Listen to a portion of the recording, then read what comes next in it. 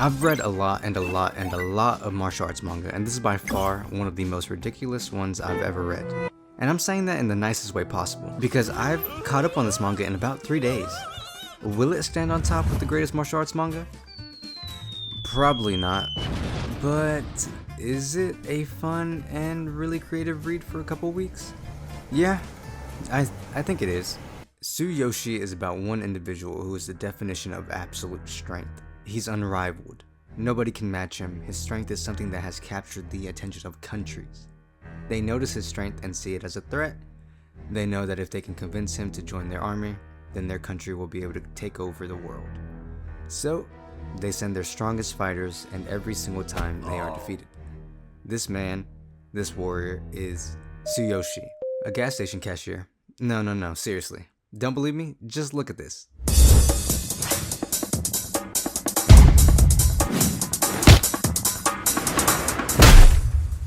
The one thing about this manga is that it's oddly interesting, and I'm not bashing it, but I'm also not praising it, because it has such a fever dream appeal. I don't think that even makes sense, but hear me out. Tsuyoshi has moments where it's very serious and takes itself seriously, and then it's able to rip that effect and emotions with some stupid funny moment that is kind of funny, but ultimately not really that funny. I haven't said this yet, but this isn't really a recommendation video. I honestly don't know what to call it, but there are things I like about the series and things I don't. This video will have a bit of spoilers, so keep that in mind in case you want to read it. And I think you should read it because you shouldn't let my words or opinions influence yours. Okay, let's start with these.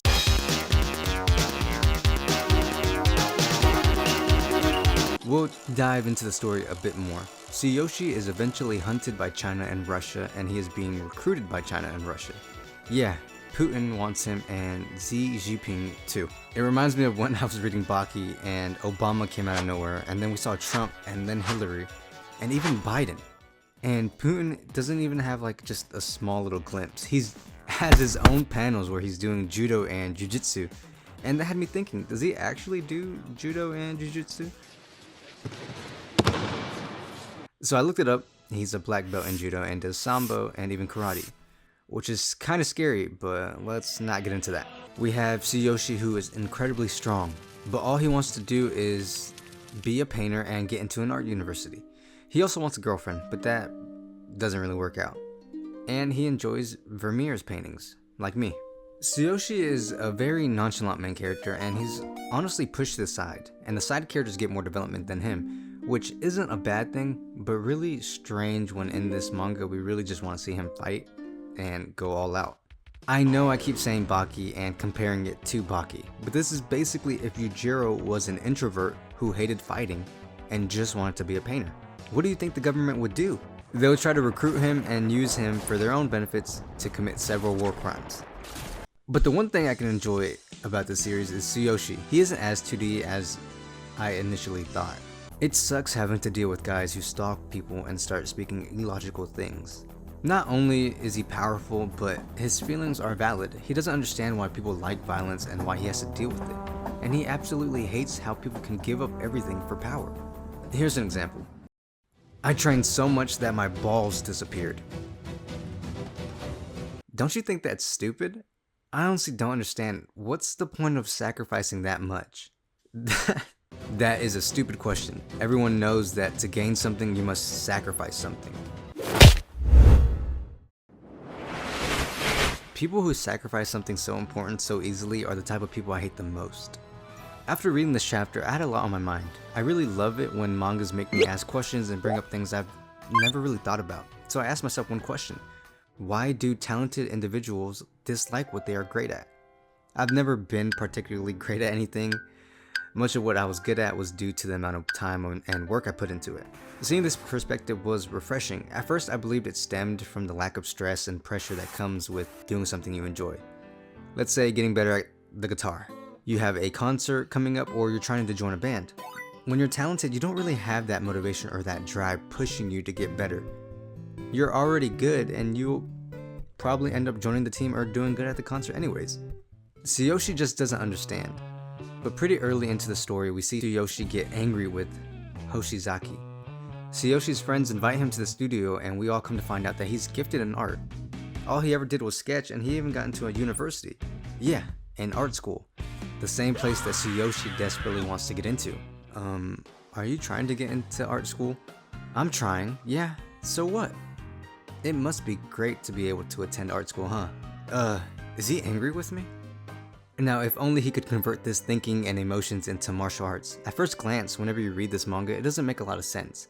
But when you get further into the story, you see and understand his feelings. It's not his fault, it's the circumstances that were given to him.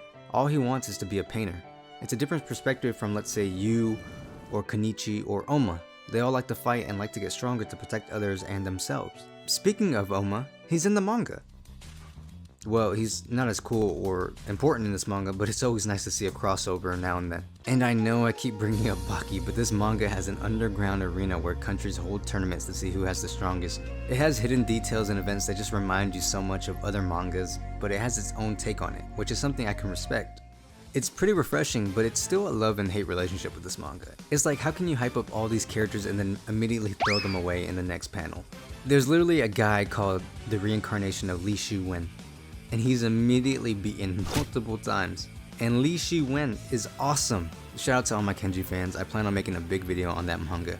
But yeah, and then you have this guy, Lao Lan, who is a master of Tai Chi.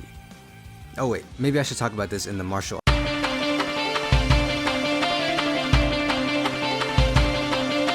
This manga does explain moves and martial arts, but honestly doesn't really give them credit or any accurate description, and sometimes clowns on them a bit. Of course they are over exaggerated and over the top, but it still clowns on them. So if you don't like that, then don't read this manga, but if you like comedy and gag moments and characters, then go ahead. That's probably where my appeal to this manga goes away. Like I was saying previously, Tsuyoshi uses Tai Chi, which is a Chinese martial arts that is super old and is now used for mobility and health. Tsuyoshi fights Lao Lan, who is also a master of Tai Chi. And they're pretty even, and Lao Lan admits defeat because he notices something about Tsuyoshi that makes him stronger. That's understandable. But then later on, Lao Lan...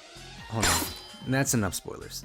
To put it simply, this is a Russian propaganda manga that liked China in the beginning, but then forgot about them. The beginning of the story is all about Tai Chi and Chinese martial arts. Then the Russians show up, and then it's all about Russian martial arts. At first, I genuinely thought they would use Krav Maga, but it was something I was unfamiliar with, which was Systema. So I did a bit of research and found out that Systema is designed to create, build, and strengthen your body, your psyche, your family, and your country. What does that even mean? I have no idea. Oh wait, hold on. They explain it in the manga. Systema is a Russian martial arts that emphasizes breathing techniques and practical combat. They also mention that Systema makes effective strikes appear ineffective and makes ineffective strikes appear effective. Right? Sounds truthful. Then they also mention that Systema is used for manipulation and tricking people's emotions. Right? So far everyone's with me, right? Okay. So is touching or grazing his private areas a technique in Systema? Because it says it is. And I don't want to be hunted down by the Russian government, so if you know anything, please let me know. That's just one example of one of the martial arts mentioned. We learn different martial arts, mainly their names and some techniques, which is nice and cool, but these techniques aren't really something you can do in your own room. So if you don't like that, then I advise you not to read this manga. It's like the manga tried to do that and gave up on it.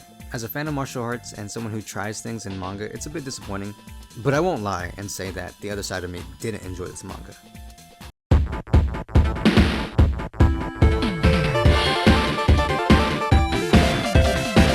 I know, this is basically throwing all the negative comments and opinions I made out the window. But this manga never said it was an in-depth and detailed martial arts manga. When you go on Mao, all it says is action and comedy. So I don't know what I was really expecting. It's like if I go to any samurai manga and expect Vagabond. So that's my fault. The fights are cool and fun, the story is very comedic and has a lot of gags and funny moments. The characters are likable and take up most of the screen time, which I don't mind. I've always liked the annoying characters who get better as the time goes on trope. But that's just me. This manga does it pretty well. Even though Tsuyoshi is the main character, he's treated more like Yujiro. Whenever he shows up, you know something is gonna happen or someone's gonna die. I apologize if I keep comparing, but that's really all I can do. It's the best way I can use to describe what I feel when reading this manga. It's like when we see Baki and Pickle fighting and then we get a panel of Yujiro just drinking whiskey. But instead of Yujiro, it's Tsuyoshi drinking tea with manners and etiquette.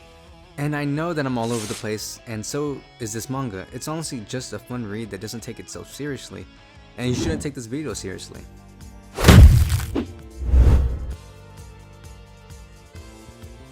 Thanks for watching, and thanks for all the love and support. I'm just trying to improve and get better, and hopefully all of you guys are doing the same.